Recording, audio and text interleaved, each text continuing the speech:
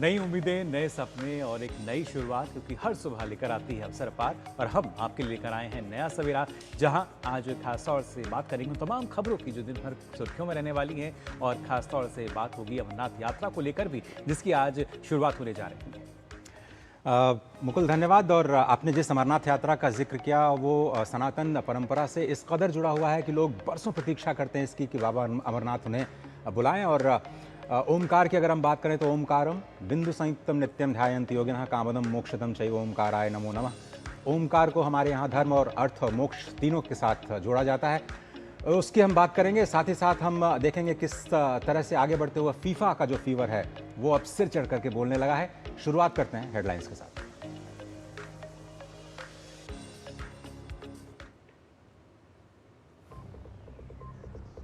बम भोले की गूंज के साथ 57 दिन चलने वाली बाबा बर्फानी की यात्रा आरंभ। दोनों रूट पर श्रद्धालुओं की सुरक्षा और सुविधा से जुड़े सभी इंतजाम।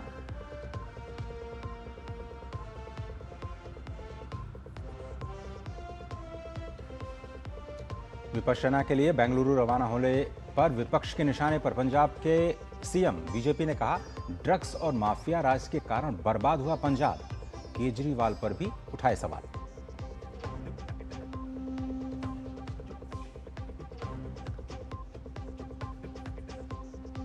राम मंदिर चढ़ावा विवाद के आरोपी लवकुश के अवैध निर्माण पर बुलडोजर का साया। पत्नी को नोटिस जारी कर अयोध्या विकास प्राधिकरण ने पूछे कई सवाल।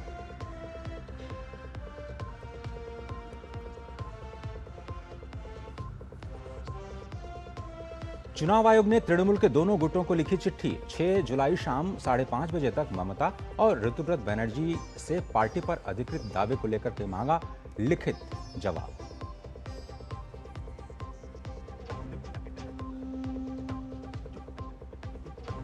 फ्रांस दौरे पर वित्त मंत्री निर्मला सीतारमण। दीर्घकालिक साझेदारी बढ़ाने की जताई इच्छा। ग्लोबल कंपनियों और वित्तीय संस्थानों ने भारत को बताया निवेश के लिए भरोसेमंद देश।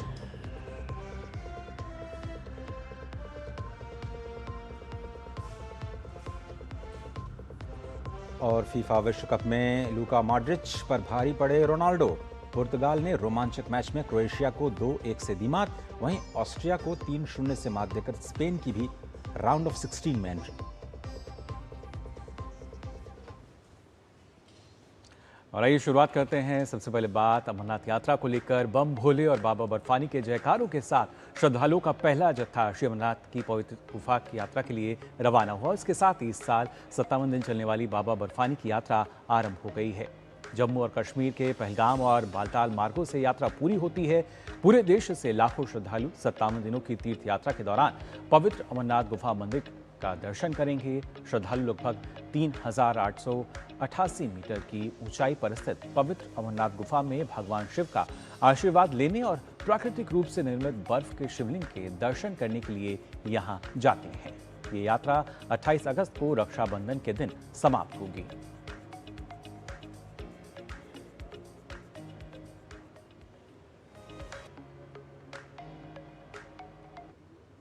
सर, पहले जत्थे के लिए पूरे वर्ष इंतजार रहता है बाबा बर्फानी का। और इतनी बारिश में भी हम बिल्कुल हिम्मत से बनाए हुए थे कि बारिश बंद और बाबा के दर्शन के लिए हम निकले। और आप मीडिया का भी बहुत बहुत धन्यवाद कि आपने धैर्य रखने के लिए सबको कहा। यहाँ की इंडियन आर्मी, यहाँ की सिक्योरिटी पहले से लास्ट ईयर से बहुत बेहतर सुविधाएं दी गई है। लास्ट ईयर भी मैं पहले जत्थे में आया था बाबा की कृपा से। जी जय भोलेनाथ जी। ये एक ऐसा दिन है जिसके लिए हम सारा साल इंतजार कर रहे हैं। आज यात्रा का पहला जत्था, पहला दिन, पहले दर्शन के लिए हम पहले जत्थे के श्रद्धालु निकले हैं। हमारी मौसम पूरी परीक्षा ले रहा है। जितनी तेज यहाँ बारिश चल रही है उससे दुगना उत्साह आज भोले शंकर जी के भक्तों का है। इस अवसर पर मैं विशेष तौर पर भारत सरकार का, जम्मू कश्मीर सरकार का, श्री अमरनाथ जी श्राइन बोर्ड का और खास करके हमारी भारतीय सेना का हृदय से धन्यवाद करता हूँ, क्योंकि उन्होंने यात्रियों की सुविधाओं के लिए बहुत ध्यान रखा है। बहुत अच्छा लग रहा है, बड़ा आनंद आ रहा है, मन बड़ा प्रसन्न है। बारिश हो रही है, बारिश बंद हो जाएगी, रास्ता भोले की चाह हो जाएगी, बिल्कुल हो जाएगा। मन में उत्साह है कि बहुत ज्यादा उत्साह बाबा के दर्शन के लिए, बाबा के दर्शन के लिए बहुत इच्छा है। क्या मनोकामना लेके जा रहे हैं आप? बस सबका कल्याण हो, सुख शांति रहे, विश्व में बने रहे, विश्व में शांति बनी रहे, सुख शांति बने रहे। बहुत बहुत उत्साह है और भोले बाबा की हम बाराती जो है हम सभी खुशी है। और पागल पागल से झूम रहे हैं भोले बाबा। कि कब दर्शन हो जाए कब बाबा के? कब बाबा का दर्शन हो जाए। क्या मनोकामना लेके जा रहे हैं आप? बाबा के पास यही मनोकामना है कि हमारे देश और भी आगे बढ़े और सब खुशहाल रहे और फिर जाके मेरे परिवार भी खुशहाल रहे। और देश भर से लाखों श्रद्धालु हिम शिवलिंग के दर्शन के लिए कठिन पर्वतीय मार्ग तय कर रहे हैं। आस्था, विश्वास और भक्ति से ओतप्रोत इस दिव्य यात्रा में सुरक्षा और श्रद्धा का अद्भुत संगम देखने को मिल रहा है। आपको दिखाते हैं हमारी ये स्पेशल रिपोर्ट।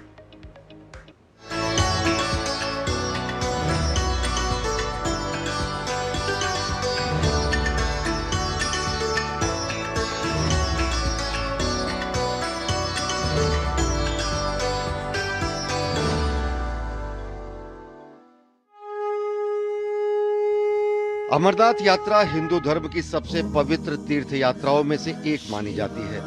समुद्र तल से लगभग 3,880 मीटर की ऊंचाई पर स्थित पवित्र गुफा में प्राकृतिक रूप से बनने वाले हिम शिवलिंग के दर्शन के लिए हर वर्ष लाखों श्रद्धालु पहुंचते हैं। श्रद्धालुओं के बीच बाबा बर्फानी के दर्शन को लेकर गहरी आस्था और उत्साह देखने को मिल रहा है। यात्रा पहलगाम और बालटाल दो प्रमुख मार्गों से संचालित की जा रही है। हर हर महादेव और बम बम भोले के जय घोष के बीच श्रद्धालु कठिन पर्वतीय रास्तों को पार करते हुए पवित्र गुफा की ओर बढ़ते हैं।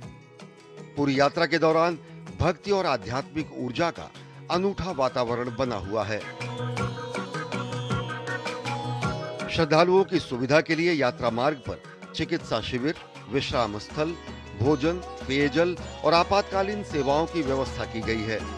सुरक्षा बल और प्रशासन लगातार यात्रा मार्ग की निगरानी कर रहे हैं ताकि श्रद्धालुओं की यात्रा सुरक्षित और सुचारू रूप से संपन्न हो सके।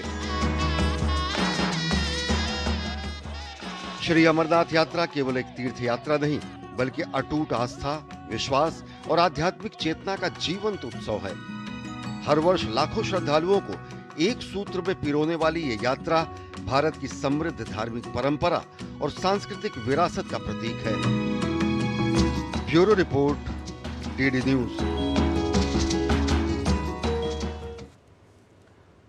तो आस्था और श्रद्धा का एक महापर्व अगर इस यात्रा को कहा जाए तो ये गलत नहीं है। हम देख सकते हैं जो किस तरीके से लाखों की संख्या में श्रद्धालु हैं वो इस यात्रा के लिए पहुंचते हैं। लेकिन अमरनाथ यात्रा की इस बार की अगर बात की जाए तो क्या खास है वो भी आपको यहाँ बता देते हैं। आखिर किस तरीके से इस बार की जो यात्रा है अपने आप में और विशेष होने जा रही है। खासतौर से अगर देखा जाए तो पहले सुरक्षा कवच जो है वो यहाँ नज़र आता है क्योंकि मल्टी लेयर सिक्योरिटी है और लगातार देख सकते हैं कि कैसे सिक्योरिटी ग्रिड जो है पूरे रूप पर नज़र आती है। सीसीटीवी और ड्रोन्स के जरिए भी निगरानी रखी जा रही है। आरएफआईडी ट्रैकिंग से हर श्रद्धालु पर नज़र रखी है। फेशियल रिकॉग्निशन सिस्टम यानी तकनीक का पूरा इस्तेमाल। सुरक्षा मजबूत, 24 घंटे 7 दिन मेडिकल और इमरजेंसी सेवाएं। 55,000 से ज़्यादा अधिक जो यात्रियों के ठहरने की व्यवस्था। दोनों मार्गों पर जो बेहतर सड़क, रियल टाइम मौसम और ट्रैफिक मॉनिटरिंग का जो QR RFID आधारित पहचान, आसान सत्यापन के साथ साथ जो NDRF, SDRF, सेना, CAPF सभी पूरी तरह से तैनात हैं। मॉक ड्रिल पहले ही हो चुकी है मजबूत सुरक्षा व्यवस्था को लेकर के, क्योंकि याद होगा आपको पहलगाम में जो आतंकी घटना हुई थी उसके बाद में सुरक्षा व्यवस्था और ये जो पूरी अमरनाथ यात्रा है उसको लेकर के जो तैयारियां हैं 6 महीने पहले से ही शुरू हो गई थी। और हेल्पलाइन भी है, अगर कोई भी दिक्कत आती है तो कंट्रोल रूम के जरिए, हेल्पलाइन के जरिए 24 घंटे आप उस पर अपने आप को उससे संपर्क कर सकते हैं। किसी भी मुश्किल में आप सवाल कर सकते हैं, प्रशासन से मदद मांग सकते हैं। यात्रा और काफिलों का जो समय है बिल्कुल तय है और बिल्कुल रूट निर्धारित है और किसी भी डाइवर्टेड रूट से आपको यात्रा करने की अनुमति नहीं है। इसलिए क्योंकि सुरक्षा का पूरा ख्याल रखा जाए और आप आराम से अपने उस गंतव्य तक पहुंच पाएं जिसके लिए आपने यात्रा शुरू की है। और हमारे सनातन धर्म में कहते हैं कि लक्ष्य उतना महत्व नहीं रखता जितनी की यात्रा, और इस यात्रा की जो दुर्गम परिस्थितियां हैं उन्हीं को सुगम बनाने के लिए जो सरकार ने जो सुरक्षा व्यवस्था एजेंसियों के साथ मिलकर के जो इस वक्त सुविधाएं की हैं वो अभूतपूर्व नज़र आ रही हैं। बिल्कुल, जो पूरा मूवमेंट है देखिए हम कह सकते हैं कि कैसे वहाँ पर जो सुरक्षा व्यवस्था है चाकचौबंद नज़र आती है। और यहाँ जो फोकस है आस्था तो है ही, लेकिन उसके साथ साथ कैसे जो ये यात्रा है पूरी तरीके से सुरक्षित रहे। फिर चाहे जब हम श्रद्धालुओं की बात करते हैं स्वास्थ्य जांच के बाद ही हमें पता है कि उनको अनुमति दी जाती है। और आज से जब यात्रा शुरू हो गई है तो कितना महत्वपूर्ण है, किस तरीके से हर बार सरकार की कोशिश यही रहती है कि कैसे इसको और ज़्यादा सुरक्षित हम बना सकते हैं। लगातार आस्था तो श्रद्धालुओं की बढ़ती है, लेकिन इस बार हम देख पा रहे हैं कैसे CCTV की मदद ली जा रही है, AI की मदद ली जा रही है, यानी तकनीक के साथ साथ तमाम जो हमारी फोर्सेस हैं वो वहाँ पर हैं चप्पे चप्पे पर। और कोशिश यही है कि जो भी श्रद्धालु हैं उनको किसी भी तरह की असुविधा ना हो। कौन कौन सी सुविधाएं हैं आप देखते हैं अमरनाथ यात्रा में श्रद्धालुओं के लिए? सबसे पहले बेस कैंप, जहां पर सबसे पहले आप जाते हैं रजिस्ट्रेशन के लिए, या तो आप ऑनलाइन रजिस्ट्रेशन कराते हैं या फिर ऑफलाइन आप ऑन द स्पॉट जाकर के रजिस्ट्रेशन कराते हैं, वो बेस कैंप्स में होता है। तो बेस कैंप में जो प्री फैब्रिकेटेड शेल्टर और जो टेंट्स हैं वो लगाए गए हैं। सारे रूट में आपको लंगर और स्वच्छ भोजन की सुविधा मिलेगी। हर प्रमुख पड़ाव पर आपको मेडिकल कैंप्स दिखाई देंगे और एम्बुलेंस और ऑक्सीजन की, बहुत सारे लोगों को ऑक्सीजन की दिक्कत होती है, 3000 फीट से ज़्यादा आपको चढ़ाई करनी है। तो इमरजेंसी हेल्थ यूनिट्स के ज़रिए ये सुनिश्चित किया जाता है कि आप पूरी तरह से मेडिकली फिट हैं, और उसके बाद आपको रजिस्ट्रेशन दिया जाता है। और उसके बाद 2 मार्ग में से आपको तय करना होता है कि आप किस मार्ग में जाना चाहते हैं। अगर आप लंबा रूट लेना चाहते हैं तो आप बालटाल के जरिए, थोड़ा सा छोटा रूट है लेकिन उसमें चढ़ाई ज़्यादा है, तो आपके ऊपर है कि आप कौन सा रूट लेना चाहते हैं। श्रीनगर से अनीस जरगर हमारे संवाददाता इस वक्त जुड़ चुके हैं। अनीस, धन्यवाद। आज पहला दिन, थोड़ा सा माहौल हमें अगर आपके ज़रिए समझ पाए, अगर आप अपने कैमरामैन के ज़रिए हमें इस वक्त उस बेस कैंप या फिर जहाँ भी आप हैं वहाँ का नज़ारे दिखा पा रहे हैं, और क्या कुछ तैयारियाँ हैं? देखिए, अगर आप मैं इस वक्त श्रीनगर में हूँ, यहाँ पे एक यात्रा फैसिलिटेशन सेंटर है, और अगर आप मेरे पीछे नज़र मारे, मैं अपने कैमरामैन को बोलूँगा थोड़ा सा इधर उधर वो कैमरा घुमाए, ताकि आप देख सकते हैं कि यहाँ पे जो उत्साह है बहुत ही हाई है, और काफ़ी सारे लोग सुबह से ही यहाँ पे मौजूद है। तकरीबन 1000 के करीब जो लोग हैं वो यहाँ पे खड़े हुए हैं, अंदर फैसिलिटेशन सेंटर में हैं।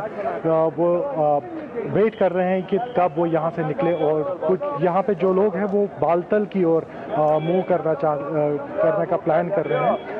और आज जो है पहला जत्था अमरनाथ पावन यात्रा पे जा रहे हैं। तकरीबन 400 से ज़ायद ये उम्मीद है कि आज पवित्र गुफा का वहाँ पे अपनी जो श्रद्धा है उसको मुकम्मल करेंगे। और 12,000 का जो पहला फर्स्ट बैच है वो पहले दिन पूरा जो ये पूरा प्रोसेस है जो जम्मू से श्रीनगर पहुँचेगा, और श्रीनगर से फिर डिफरेंट, चाहे वो बालतल का रास्ता हो या नुनवन का रास्ता हो, वो लेके वो पवित्र गुफा की ओर जाएंगे।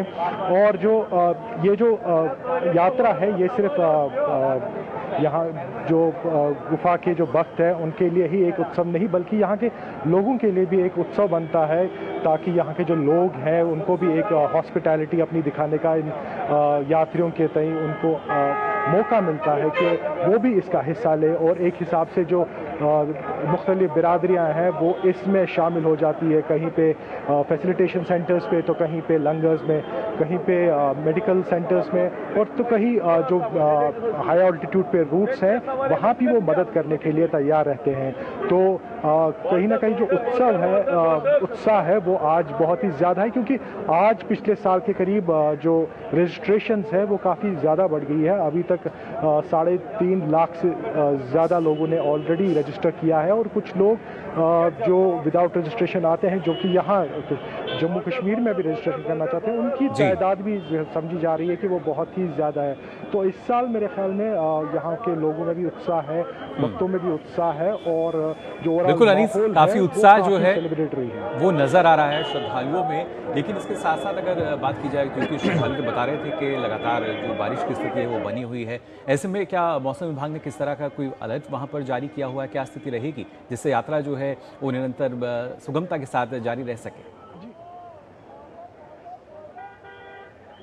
जी हाँ, आज का जो फोरकास्ट है और आने वाले 1-2 दिनों में जो बारिश का इम्कानात है वो थोड़े ज़्यादा हैं, लेकिन ऐसा नहीं है कि इससे जो यहाँ के भक्तों में जो स्पिरिट है वो डैम्पन हो जाए। बारिश भी होगी, लेकिन कहीं जो हायर ऑल्टीट्यूड में है, जहाँ स्लिप का खतरा रहता है, जहाँ पे ट्रैक थोड़ा सा स्लिपरी रहता है, तो वहाँ पे जो है वहाँ थोड़ा ज़्यादा एक्स्ट्रा केयर लेने की ज़रूरत है। लेकिन उसके अलावा जो काफ़ी जो बेस कैंप्स हैं, या श्रीनगर है, बालतल नुनवन के जो बेस कैंप्स हैं, वहाँ पे बारिश से उतना असर नहीं पड़ेगा। लेकिन हाँ, गुफा के नज़दीक जो भी इलाके हैं जहाँ से रूट होता है, वो खास करके बालदल के तरफ से, वहाँ पे ट्रैक थोड़ा ज़्यादा मुश्किल है, वहाँ पे कठिनाइयाँ थोड़ी ज़्यादा है, तो वहाँ पे केयर लेने की ज़रूरत है। तो ऑलरेडी एक एडवाइजरी जारी की गई है कि थोड़ा सा चलने में आहिस्ता लोग चले, श्रद्धालु थोड़ा ज़्यादा जल्दी ना करें, शॉर्टकट्स ना लें,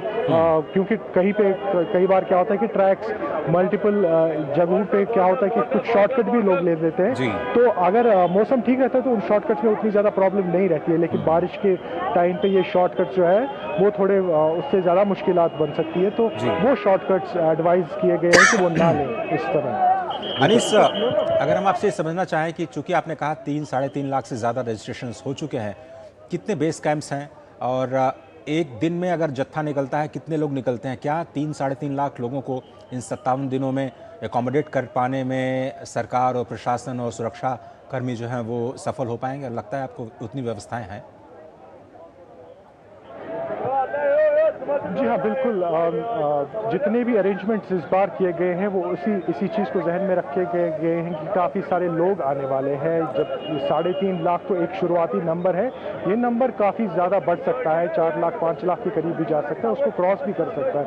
तो जो अरेंजमेंट्स हैं यहाँ की एडमिनिस्ट्रेशन ने या यहाँ के जो इंतज़ामिया है, उन्होंने जो एडजस्टमेंट्स किए हैं तो काफ़ी सारे लोगों के लिए किए। जैसे फॉर एग्जाम्पल RFID काउंटर्स हैं, वो पिछले साल के मुकाबले में 12 एक्स्ट्रा इस बार 30 तक इंक्रीज़ किए गए हैं। वैसे ही यात्री फैसिलिटेशन सेंटर्स जो है, जो पिछले साल 54 के करीब थे पूरे जम्मू कश्मीर में, इस बार 131 ये जो फैसिलिटेशन सेंटर्स है वो बढ़ा दिए गए हैं। तो इस हिसाब से काफ़ी सारी जो अरेंजमेंट्स हैं। तो धन्यवाद अनीस, आप कह रहे हैं कि जो सुविधाएं हैं वो बढ़ाई गई हैं और कोशिश की जा रही है कि जितने भी रजिस्ट्रेशन हों उनको फैसिलिटेट किया जाए कि वो बाबा बर्फानी के दर्शन कर पाएँ। बहुत बहुत धन्यवाद श्रीनगर से जुड़ने के लिए। आप लगातार स्थिति पर नज़र बनाए रखें, लगातार हम आपसे अपडेट्स लेते रहेंगे। शुक्रिया आपका।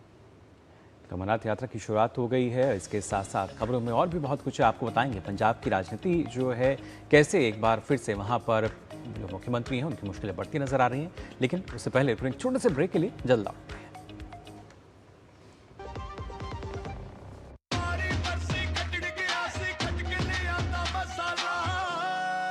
मसाला ओए, छोले दा या लोबे दा, पंजाबी छोले दा या पिंडी चने दा। अब छोलिया हो या लोबिया, पंजाबी छोले या पिंडी चने, सब कुछ मजेदार बने। मेरी पसंद, मेरी पसंद, मेरी पसंद, मेरी पसंद, हमारी पसंद, हम सबकी पसंद। मजबूत देश का मजबूत सरिया हो गया स्टील। हर जीत की शुरुआत होती है छोटे छोटे कदमों से, और हर छोटी तैयारी बदल सकती है पूरा नतीजा। क्योंकि मैदान हो या जिंदगी, छोटी से छोटी तैयारी ही देती है प्रोटेक्शन, और प्रोटेक्शन ही देता है भरोसा। जैसे LIC की बीमा लक्ष्मी, एक खास प्लान सिर्फ महिलाओं के लिए, जहां छोटी बचत दे बड़ी सुरक्षा, ताकि जिंदगी के हर मैदान में आप रहे हर पल के लिए रेडी। LIC बीमा लक्ष्मी, रखे हर पल के लिए रेडी।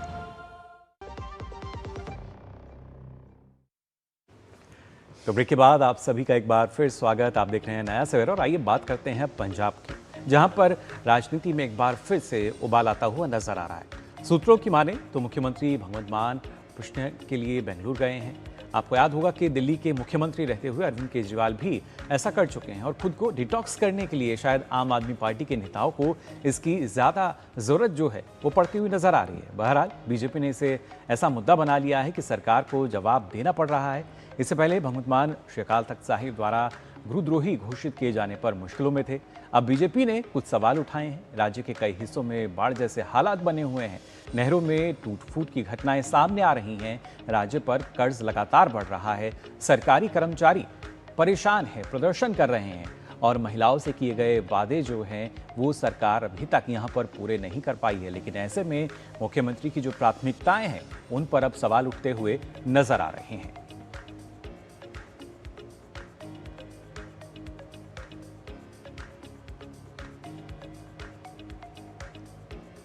केजरीवाल मैं कहना चाहना कि जो हाल दिल्ली च होया वो हाल पंजाब च होने वाला। हुण तुसीं मेरी एक गल दी ध्यान रखना कि तुसीं मुख्य मंत्री तो छुट्टियां ते भेजता, हुण आप पंजाब चलाओगे, इस गल की मुझे बहुत ज़्यादा इस बात का दुख है कि पंजाब में इतना बुरा हाल है। पंजाब किसी भी चीज़ पे, किसी भी पैमाने पे ठीक नहीं है। ड्रग पे लगा लो, माफिया पे लगा लो, अब लैंड पूलिंग के इनका स्कीम था, पहले इतना बड़ा विरोध हुआ है, अब फिर शुरू कर दिया। इनको लगता है कि लोग ऐसे बेवकूफ़ हैं, इनकी लैंड पूलिंग को चलने देंगे? कभी नहीं चलने देंगे। पंजाब में ऐसी जो दिल्ली वाली बात हो, पंजाब में नहीं चलेगी। गुरमीत सिंह हमारे संवाददाता जुड़े हैं जालंधर से इस मामले पर और जानकारी देने के लिए। गुरमीत, धन्यवाद आपका जालंधर से जुड़ने के लिए। भाई, छुट्टियों का तो सभी को अधिकार होता है गुरमीत, और अगर मुख्यमंत्री जा रहे हैं विपाशना के लिए, अपने आप को डिटॉक्स करने के लिए, तो विपक्ष को क्या दिक्कत है? भाई, अगर लॉ एंड ऑर्डर की बात करें तो पुलिस है, व्यवस्था है, वो सब संभाल रहे हैं। मुख्यमंत्री को तो रिलैक्स करने का अधिकार है या नहीं? इतना हंगामा क्यों है इसको लेके? देखिए, इस पर हंगामा सिर्फ और सिर्फ इस वजह से है कि मुख्यमंत्री एक बार नहीं बल्कि कई बार जा चुके हैं, और वो यदि गए तो गए, कोई बात नहीं है। विपक्ष का ये कहना है कि मुख्यमंत्री जाते because he is the home minister, वो गृह मंत्री हैं राज्य के। राज्य में हालात बहुत अच्छे नहीं है, लॉ एंड ऑर्डर के बारे में हम लगातार बात करते हैं। और दूसरा सबसे बड़ी बात यह है कि कई प्रशासनिक निर्णय जो है वो मुख्यमंत्री को लेने होते हैं, और इसके साथ ही इस समय बहुत ही क्रिटिकल समय है पंजाब के लिए। क्रिटिकल ऐसे है कि 29 तारीख को श्री अकाल तख्त साहिब ने भगवंत मान सरकार के जो एमएलएज हैं और जो विधानसभा के सिख एमएलएज हैं और जो मंत्री हैं उनको तलब किया था, और उनको एक अपना आदेश सुनाया था कि आपको 1 महीने के अंदर एक कानून, बेअदबी कानून अमेंड करना है। अब वो कानून अमेंड होना है। सरकार ये कह रही कि जब श्री अकाल तख्त साहिब का लेटर हमारे पास पहुंचेगा उसके बाद 1 महीने के अंदर हम मंथन करेंगे। अब यदि वो मंथन ही करेंगे और श्री अकाल तख्त साहिब का आदेश है कि आप अमेंड करें 1 महीने में, तो एक बोन ऑफ कंटेंशन या आप मान लीजिए कि कन्फ्रंटेशन की स्थिति 1 महीने बाद बनने वाली है। बहरहाल जो फिलहाल हमारे पास लेटेस्ट अपडेट है वो ये है कि थर्सडे को एज पर सोर्सेज जो विपक्षी पार्टियों का भी कहना है कि मुख्यमंत्री भगवंत मान चले गए हैं बेंगलुरु, और ये 4 दिन का दौरा है। और इसके साथ ही ये ऐसा नहीं है फर्स्ट टाइम है, फरवरी के महीने में भी मुख्यमंत्री गए थे, और इसके साथ ही 2022 में जब वो मुख्यमंत्री बने थे तब भी गए थे।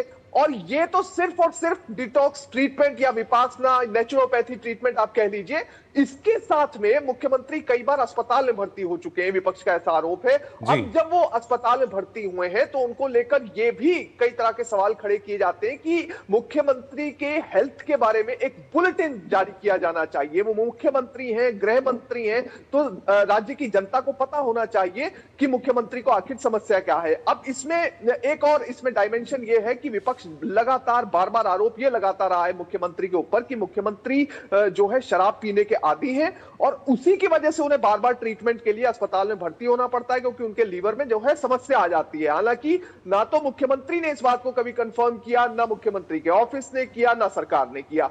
मगर जो फिलहाल है वो स्थिति ऐसी बनी हुई है कि सरकार को असमंजस की स्थिति में डाल देते हैं। अब दूसरा है अरविंद केजरीवाल को लेकर कई तरह के आरोप लगते हैं। दरअसल ऐसा है कि जो पंजाब में एक तो पॉलिसी मेकिंग है, दूसरा है जो गृह विभाग है, जो पुलिसिंग है, उसको लेकर आरोप लगते रहे हैं कि जो बड़े निर्णय हैं वो दिल्ली से ही होते हैं, यानी कि अरविंद केजरीवाल करते हैं और उनके जो खास लोग रखे गए हैं वो करते हैं। तो इसे लेकर ये चीजें कई बार क्लियर हो जाती हैं, क्योंकि डेली बेसिस पर आपको निर्देश देने हैं, डेली बेसिस पर आपको पुलिस को भी, प्रशासन को भी निर्देश देने हैं, तो निर्देश आखिर दे कौन रहा है। अब इसमें दरअसल जो समीकरण है वो फिलहाल ऐसे हैं जमीनी स्तर पर कि एक समय में जब राघव चड्ढा और ये सब आम आदमी पार्टी में हुआ करते थे तो आरोप ये लगते रहे कि विधानसभा में एक कमरा और इसके साथ ही कोठी नंबर 50 जो है वो स्पेशली एलोकेट की गई है अरविंद केजरीवाल या ऐसे लोगों को अकोमोडेट करने के लिए। गुरमीत जी, एक छोटा सा सवाल आपसे यह है कि पाकिस्तान में अभी एक गुरुद्वारा पर निशाना बनाया, वहाँ के बहुसंख्यक लोगों ने, क्या उस पर कोई प्रतिक्रिया आई है अभी तक पंजाब सरकार से? देखिए, उस पर कोई सीधे तौर पर कोई प्रतिक्रिया नहीं है, क्योंकि वो इंटरनेशनल मैटर है और उस वजह से कोई सीधे तौर पर प्रतिक्रिया नहीं है। मगर नहीं, एक सिख के नाते, एक पंजाब में पंजाबियों के नाते तो उसकी निंदा कर सकते थे ना वहाँ के मुख्यमंत्री। अगर वो पंजाबियों के हितों के साथ जुड़े हुए राजनीति करते हैं तो कर सकते थे ऐसा, लेकिन फिलहाल उन्होंने, आप कह रहे हैं कि उन्होंने ऐसा नहीं किया है और विपाशना पर वो फिलहाल बेंगलुरु में। बहुत धन्यवाद गुरमीत, वक्त इतना ही है। जालंधर से अपडेट के लिए शुक्रिया आपका। तो पंजाब के मुख्यमंत्री खुद को प्राथमिकता देते हुए यहाँ नजर आते हैं और पंजाब के बाद अब आइए रुख कर लेते हैं उत्तर प्रदेश का, जहां अयोध्या में राम मंदिर चढ़ावा इस समय चर्चा का विषय बन चुका है। गिरफ्तार लवकुश मिश्रा की मुश्किलें बढ़ती जा रही हैं।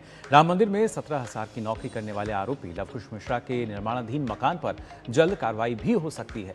अयोध्या विकास प्राधिकरण ने लवकुश मिश्रा के सोहवल तहसील में बन रहे मकान को लेकर उसकी पत्नी को नोटिस भेजा है। नोटिस में मकान के तय मानक से अलग तरीके से बनाने की को लेकर कार्रवाई की बात भी कही गई है।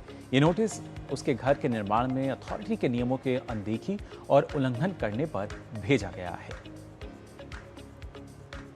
तो अवैध निर्माण पर क्या बुलडोजर चलेगा, ये अब सवाल जो है सामने आ रहा है। आरोपी लवकुश मिश्रा जो कि अवैध निर्माण किया गया था और उसके बाद अब उनकी पत्नी को नोटिस भेजा गया है।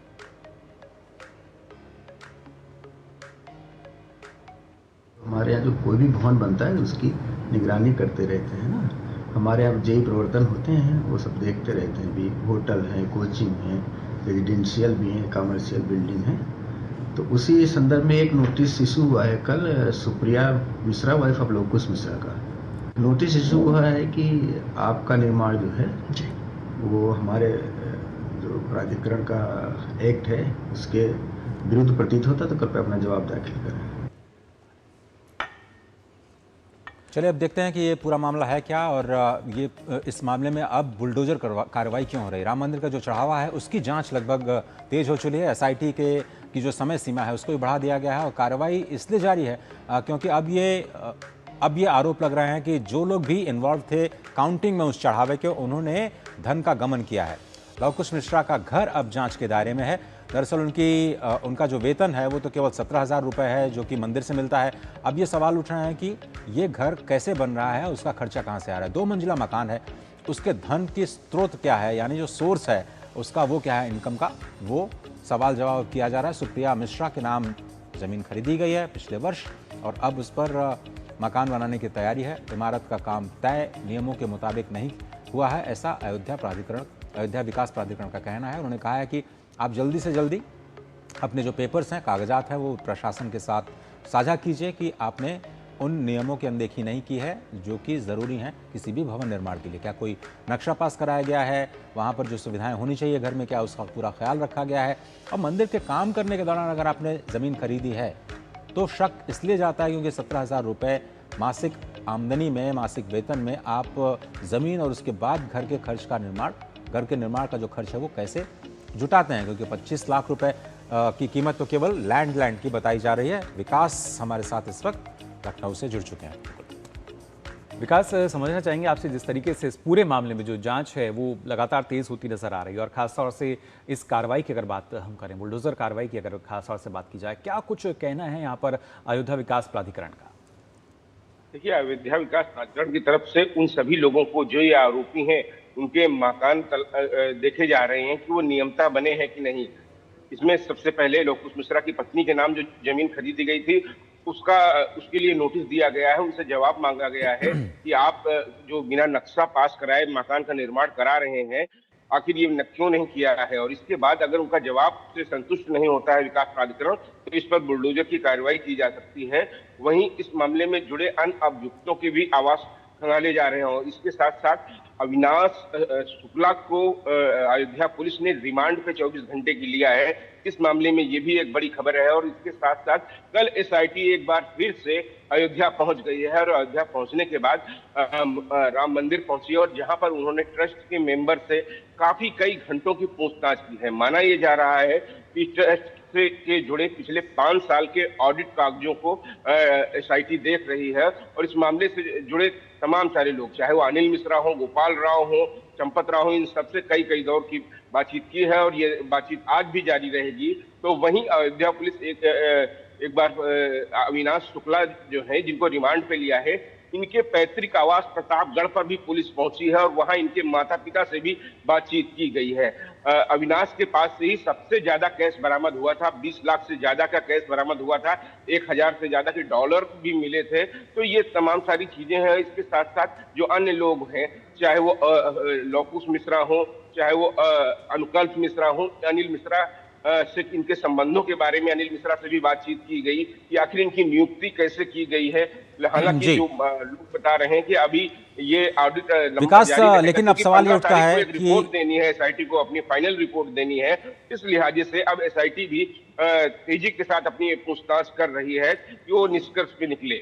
विकास साहब, हम आपसे ये जानना चाह रहे हैं कि क्या ये कार्रवाई केवल लवकुश मिश्रा पर होगी? लोग ये कह रहे हैं कि भाई बड़े लोगों को छोड़ा जा रहा है।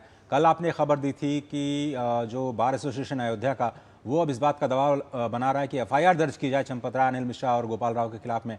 क्या वो होने जा रहा है? दूसरी बात है कि एसआईटी की फाइनल रिपोर्ट कब तक आ रही है? देखिए, एसआईटी की फाइनल रिपोर्ट की डेट 15 तारीख है, 15 जुलाई है।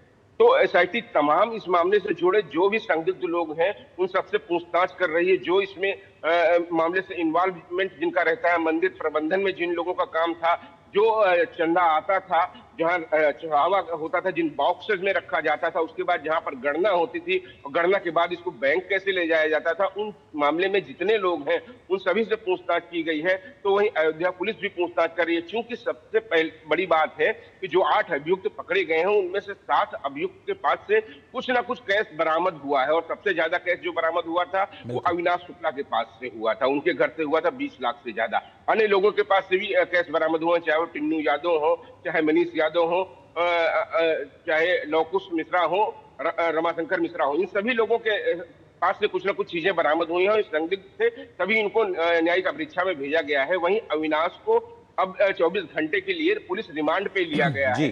उससे तमाम सारी पूछताछ की जाएगी कि आखिर इतना बड़ा कैश आपके पास रकम कैसे आई, आपको संरक्षण कौन दे रहा है। तो निश्चित रूप से कल वकीलों ने जो यहाँ पर एफआईआर के लिए निवेदन दिया है, इसके बाद ये सारी जांच दायरे में है, पुलिस के भी हैं और एसआईटी के भी हैं। एसआईटी भी बिल्कुल सही कह रहे हैं विकास, से बातचीत कर चुकी है और पुलिस भी उनसे पूछताछ कर चुकी है। विकास, समय की कमी है विकास, लेकिन आप भले ही जो धन है उनके पास से बरामद कर लें, भले ही कुछ नियमों का हवाला देकर के आप बुलडोजर चला दें किसी के घर पर, लेकिन जो सनातन धर्म की साख लगातार, जो विश्वसनीयता, जो नुकसान उसको हो रहा है ना, उसकी भरपाई तो बहुत ही मुश्किल नजर आई। बहुत धन्यवाद आपका जुड़ने के लिए। आप नजर बनाए रखिए, लगातार हम आपसे अपडेट लेते रहेंगे।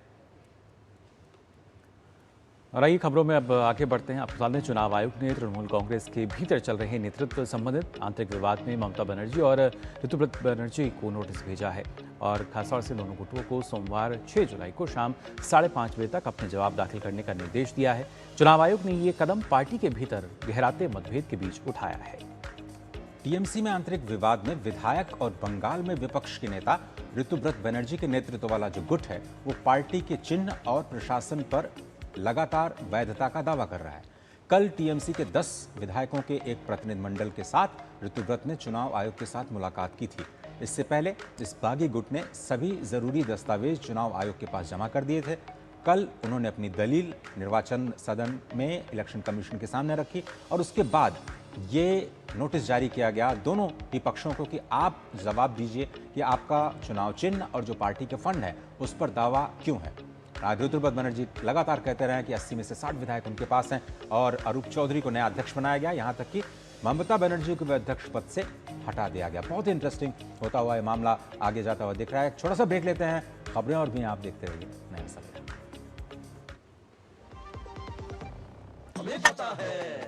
हमें पता है चमकी चाट से क्या बना है, सैंडविच, लस्सी और छाछ और हर घूंट में चमकी चाट, ड्राई फ्रूट और दही बड़े, चमकी चाट से स्वाद बढ़े और चाट पपड़ी दही बल्ले, चमकी चाट से बल्ले बल्ले, असली स्वाद सिर्फ चमकी चाट।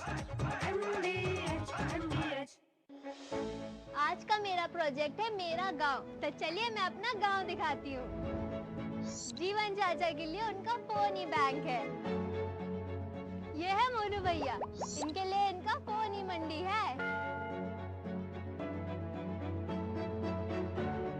बबनी बुआ के लिए उनका फोन ही आस्था है। हमारे सरपंच जी के लिए उनका फोन ही ऑफिस है। हमारे गांव के बच्चे जच्चे के लिए फोन ही उनका हेल्थ रिपोर्ट है। कैसा लगा हमारा डिजिटल भारत? कमेंट में जरूर बताना दोस्तों। आज देश में डिजिटाइजेशन का दायरा गांव-गांव तक पहुंच चुका है। जब धरती चीर कर निकलता है लोहे का पत्थर और मिलता है मोंगिया के जोश से, फिर तपता है, पिघलता है और बनता है फौलाद। अब होता है सरिया सारी खूबियों के साथ। मोंगिया स्टील, मजबूत देश का मजबूत सरिया। एक बार फिर स्वागत है आपका। आप देख रहे हैं नया सवेरा और अब वक्त हो चला है समाचार पत्रों में छपी प्रमुख और दिलचस्प खबरों पर निगाह डालने का। और हमारी जो पहली खबर है मुकुल, वो हमने ली है जो कारोबार हरूभूमि से। और विनिवेश ने जो रफ्तार पकड़ी है, विनिवेश यानी जो सरकारी कंपनियां हैं उसमें सरकार की हिस्सेदारी को घटाना। मई से लेकर के जून तक लगातार हर हफ्ते कम से कम एक कंपनी का IPO या FPO बाजार में आया है और 80,000 करोड़ रुपए का जो लक्ष्य रखा गया था बजट में, उसका 31% राजस्व अब जुटा लिया गया है। ये देखें आप तो जो OFC है PSU कंपनीज में 18,561 करोड़ रुपए अब तक जुटाए गए हैं। और इनविट यानी जो म्यूचुअल फंड की तरह छोटा छोटा पैसा लिया जाता है आपसे, इनविट के जरिए 6,367 करोड़ रुपए अब तक मिले हैं। और सरकार ने LIC में भी 3.5% की हिस्सेदारी बेची है। रुक कर लेते हैं अगली खबर की तरफ भी, जो कि है भारतीय रेलवे से संबंधित, यानी किस तरीके से लगातार उपलब्धियां अर्जित कर रही है। अब एक गुड्स ट्रेन जो है वो वंदे भारत की तर्ज पर हमें दौड़ती नजर आएगी, यानी फ्रेट EMU जो है करीब 130 किलोमीटर प्रति घंटे की रफ्तार से दौड़ेगी। 16 कोच इसमें होंगे और ये तमाम पूरी तकनीक से लैस है, यानी जो हर कोच है उसमें कितना वेट है, वहाँ पर किस तरह का टेम्परेचर हमें मेंटेन करना है। और करीब 397 टन तक ये जो गुड्स ट्रेन है ये लेके जा सकेगी सामान को। और लगातार इसका ट्रायल चल रहा है। माना जा रहा है कि जल्द ही इसकी जो शुरुआत है हो सकती है, जिससे काफ़ी आसानी हमें नजर आएगी।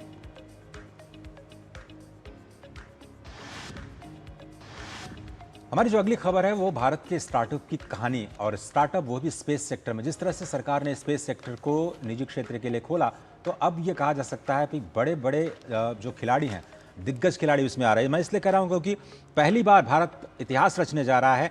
पहला निजी ऑर्बिटल रॉकेट विक्रम 1 जो है, अब उसकी शुरुआत एक तरह से उसको लॉन्च किया जाएगा। स्काई रूट एक स्टार्टअप कंपनी है और उसको नेशनल स्टार्टअप अवार्ड भी मिला था। उस पर हम लोगों ने स्पेशल प्रोग्राम भी किए थे। अब वो पहली बार, जिस तरह से अमेरिका में आप एलन मस्क को जानते हैं कि वो अपने रॉकेट छोड़ते हैं, यहाँ पर स्काई रूट अब विक्रम 1 को छोड़ने जा रही है। 24 मीटर ऊंचा विक्रम है और कई चरणों का यह ऑर्बिटल लॉन्च है। टेस्ट 12 जुलाई से 4 अगस्त के बीच होगा।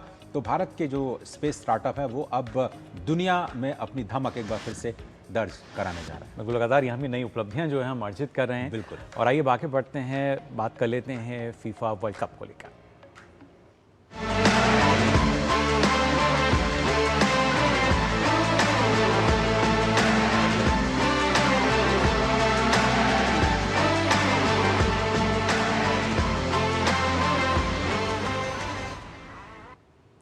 फीफा वर्ल्ड कप में बात कर लेते हैं पुर्तगाल को लेकर, जो कि विश्व कप के राउंड ऑफ 16 में पहुंच गया है। क्रोएशिया विश्व कप से बाहर हो गया है और इसके साथ ही लुका मॉड्रिच ने अपना आखिरी विश्व कप मैच खेला।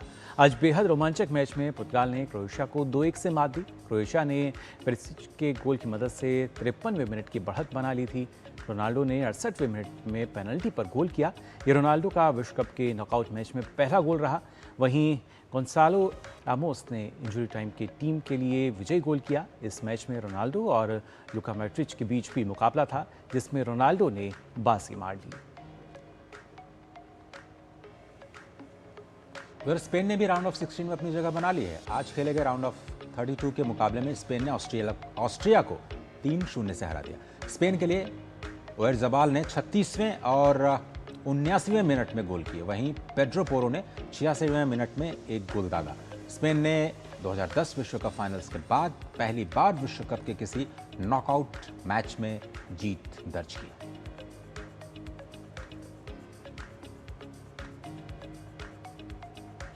और वहीं आप बता दें, राउंड ऑफ 32 में अब अर्जेंटीना का सामना कैप वर्दे से होगा। विश्व कप में पहली बार खेल रही कैप वर्दे सबको चौंकाते हुए नॉकआउट दौर में पहुंची है।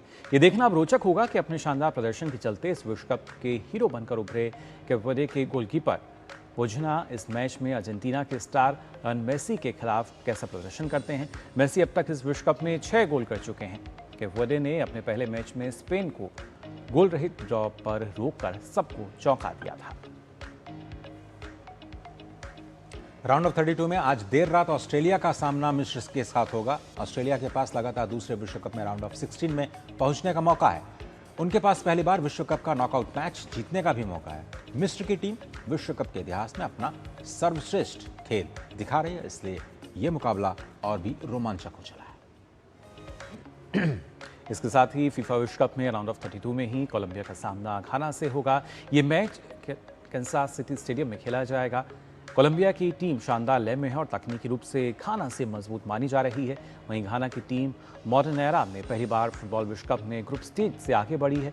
कोलंबिया को इस मैच में फेवरेट माना जा रहा है। हालांकि नॉकआउट मैच में कोई भी टीम बाजी मार सकती है। सुचित्रा हमारे साथ जुड़ रही हैं, संवाददाता, फीफा के फीवर को बहुत ही करीब से महसूस करती है। सुचित्रा, किस तरह से चल रही है अब 16 राउंड ऑफ 16 की तैयारी और यहाँ पर फेवरेट्स कौन से नजर आ रहे हैं? जी बिल्कुल, अगर फेवरेट्स की बात करें तो अर्जेंटीना, फ्रांस फेवरेट्स बने हुए हैं। स्पेन की टीम भी जिस तरह से जीत दर्ज की है स्पेन ने, तो वो भी अब लगातार फेवरेट्स की दौड़ में आगे है। लेकिन आज के मुकाबलों की अगर हम हाइलाइट्स की बात करें तो क्रोएशिया और पुर्तगाल का जो बेहद रोमांचक मैच था वो हाईलाइट रहा आज के दिन की। और कमबैक विंस का एक दौर हम कहें कि चल रहा है इस विश्व कप में। टीमें पिछड़ने के बाद वापसी कर रही हैं शानदार तरीके से और मैच को जीत रही हैं। वैसा ही कुछ पुर्तगाल के मैच में भी नजर आया। एक वक्त पिछड़ रही थी पुर्तगाल की टीम और क्रोएशिया जिस तरह का अटैकिंग खेल दिखा रही थी, लग रहा था कि क्रोएशिया इस मैच को जीतने में कामयाब रहेगी और रोनाल्डो विश्व कप से बाहर होंगे। लेकिन अंतिम समय में मैच का पासा हम कहें कि पलटा है। जिस तरह से गोल हुआ पुर्तगाल की तरफ से और फिर एकदम जो डाइंग मोमेंट्स थे, जो अंतिम पल थे, उसमें क्रोएशिया की तरफ से बराबरी का गोल दाग दिया गया था। लेकिन वार की तरफ से जब उन्होंने डिमांड की पुर्तगाल की टीम ने कि उसे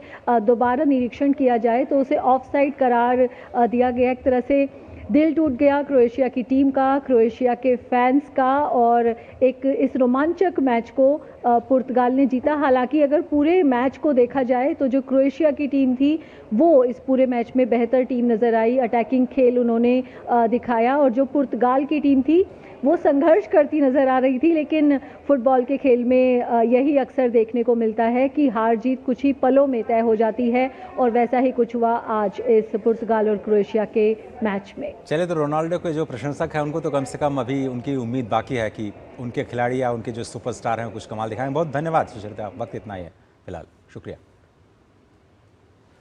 और इसके साथ ही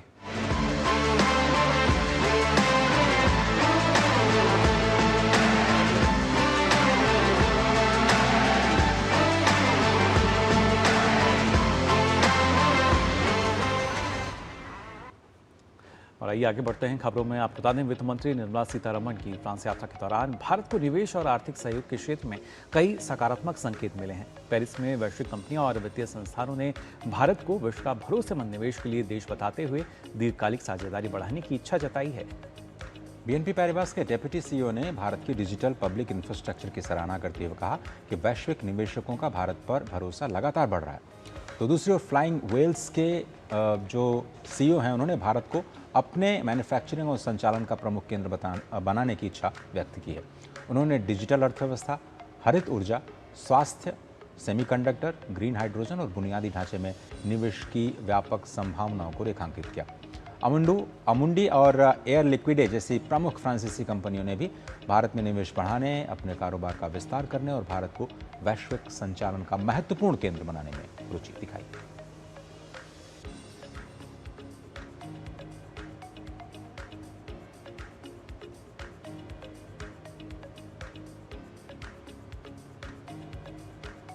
और आइए आगे बढ़ते हैं, बात कर लेते हैं मनी मंत्र की, जिसमें आज आपको हम बता रहे हैं कि कैसे ऑप्शन ट्रेडिंग का एक जो प्रमुख प्रकार है कॉल ट्रेडिंग, क्या होता है आखिर कॉल ट्रेडिंग, उसके बारे में आपको बता दें किस तरीके से। क्योंकि अगर देखा जाए तो कॉल ऑप्शन शेयर बाजार में ट्रेडिंग का एक मुख्य तरीका माना जाता है। कॉल ऑप्शन शेयर खरीदने का एक अधिकार है। इसके साथ साथ अगर देखा जाए कीमत बढ़ने की उम्मीद में जो खरीदारी है वो यहाँ देखने को मिलती है। लेकिन जो विशेषज्ञ उनका मानना यही कि बहुत ही सोच समझकर आप इसमें आगे बढ़ें। इसके लिए आप अगर बात की जाए खरीदारी के लिए जो प्रीमियम है वो देना अनिवार्य होता है और साथ ही साथ शेयर की कीमत बढ़ने पर लाभ की जो संभावना है उसी हिसाब से बढ़ती जाती है। अगर कीमत नहीं बढ़ती तो आपको बता दें नुकसान केवल आपकी जो प्रीमियम है उस तक सीमित रह जाता है और इसके लिए बाकायदा एक एक्सपायरी डेट होती है, यानी एक निश्चित अवधि होती है। उसके दौरान आप जिस तरीके से ट्रेडिंग करते हैं, और ये ज़रूरी कि आप जब भी आप ऑप्शन ट्रेडिंग करें तो अच्छे से जानें समझें। सेबी की एक रिपोर्ट है मुकुल बताती है 93% लोगों को नुकसान होता है उसमें, तो बहुत ही सोच समझ करके आगे बढ़ने की ज़रूरत है। आपने बता तो दिया, लेकिन विशेषज्ञों की अगर निगरानी में अगर आप ऑप्शन ट्रेडिंग करें तो फिर ज़्यादा शायद बात बन सके, लेकिन वहाँ भी लोगों को नुकसान ज़्यादा ही होता है। और अब देखते हैं दुनिया भर से कुछ खास खबरें।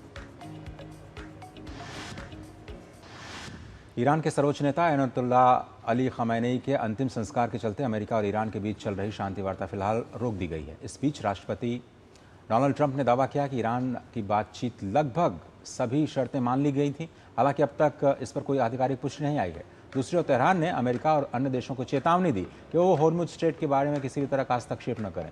ईरान ने कहा है कि वो अपने रणनीतिक जलमार्ग पर नियंत्रण को लेकर सख्त रुख अपनाएगा। वहीं भारत से खamenei के अंतिम संस्कार में बिहार के राज्यपाल, सेवानिवृत्त लेफ्टिनेंट जनरल सैयद अता हसनैन और विदेश राज्य मंत्री पवित्रा मार्गरेटा शामिल हुई।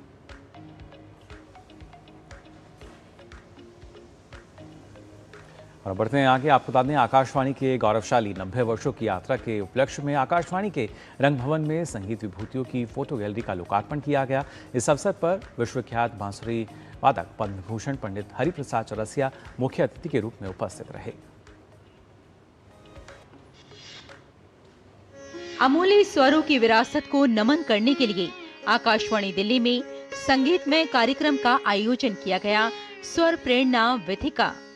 हर केंद्र से हमने ये अपेक्षा की है कि वो एक इंस्पिरेशनल गैलरी बनाए और उस गैलरी में उन बड़े कलाकारों के फोटोग्राफ्स लगाए जाएं जो दूसरों को इंस्पिरेशन देते हैं। आकाशवाणी तो शुरू से ही कलाकारों, साहित्यकारों और अलग अलग क्षेत्रों से जो जुड़े हुए लोग हैं सभी से जुड़ती रही है। और चूँकि हमारा जो सबसे महत्वपूर्ण काम है वो संगीत और बाकी के जो विधाएं हैं उनको जनता तक पहुंचाना।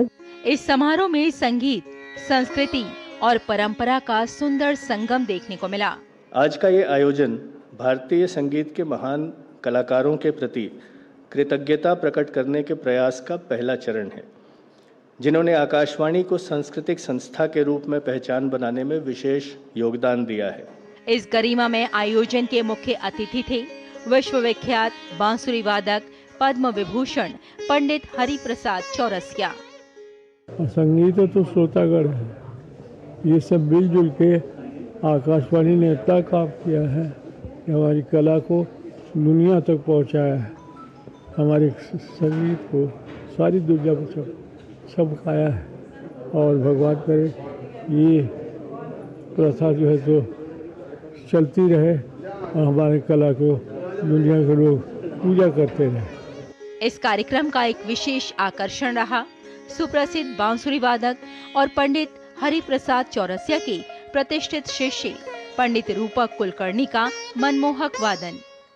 आकाशवाणी ही एक ऐसी संस्था है जो संगीत, शास्त्रीय संगीत को जीवित रखी है और रखेगी। ये जो कार्यक्रम है 90 वर्ष वाला, इसमें हमने जो है लगभग हर चीज़ के माध्यम से, हर तरह के कार्यक्रमों के माध्यम से हम लोगों तक पहुँचे हैं।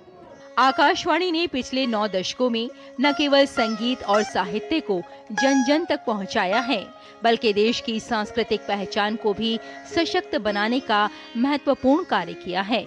आकाशवाणी के गौरवमयी 90 साल, और इन 90 सालों में आकाशवाणी पूरी कोशिश करती है कि जो हमारी भारतीय कलाएं हैं, जो हमारी संस्कृति है, जो परंपराएं हैं, उन्हें संरक्षण दिया जाए और हमारे कलाकारों को प्लेटफॉर्म दिया जाए ताकि जो हमारी भारतीय परंपरा है वो लगातार आगे बढ़ती रहे।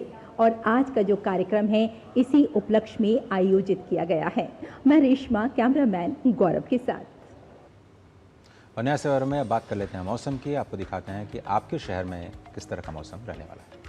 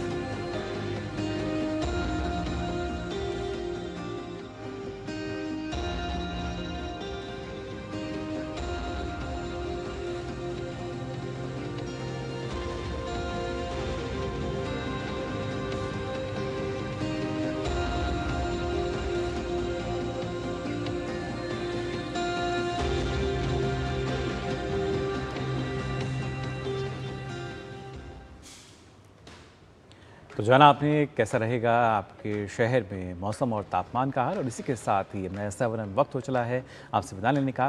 लेकिन चलते चलते आपको छोड़ जाते हैं दुनिया के एक बेहद अनोखे नज़ारे के साथ, जहां परंपरा और तकनीक पानी के नीचे एक साथ सांस लेती हुई नजर आई हैं। मलेशिया के कुआलालंपुर में पानी के भीतर पारंपरिक सिलाट मार्शल आर्ट का प्रदर्शन किया गया। आप इस नज़ारे का आनंद लीजिए। मुझे मेरे सहयोगी मुकुल को दीजिए इजाज़त। नमस्कार।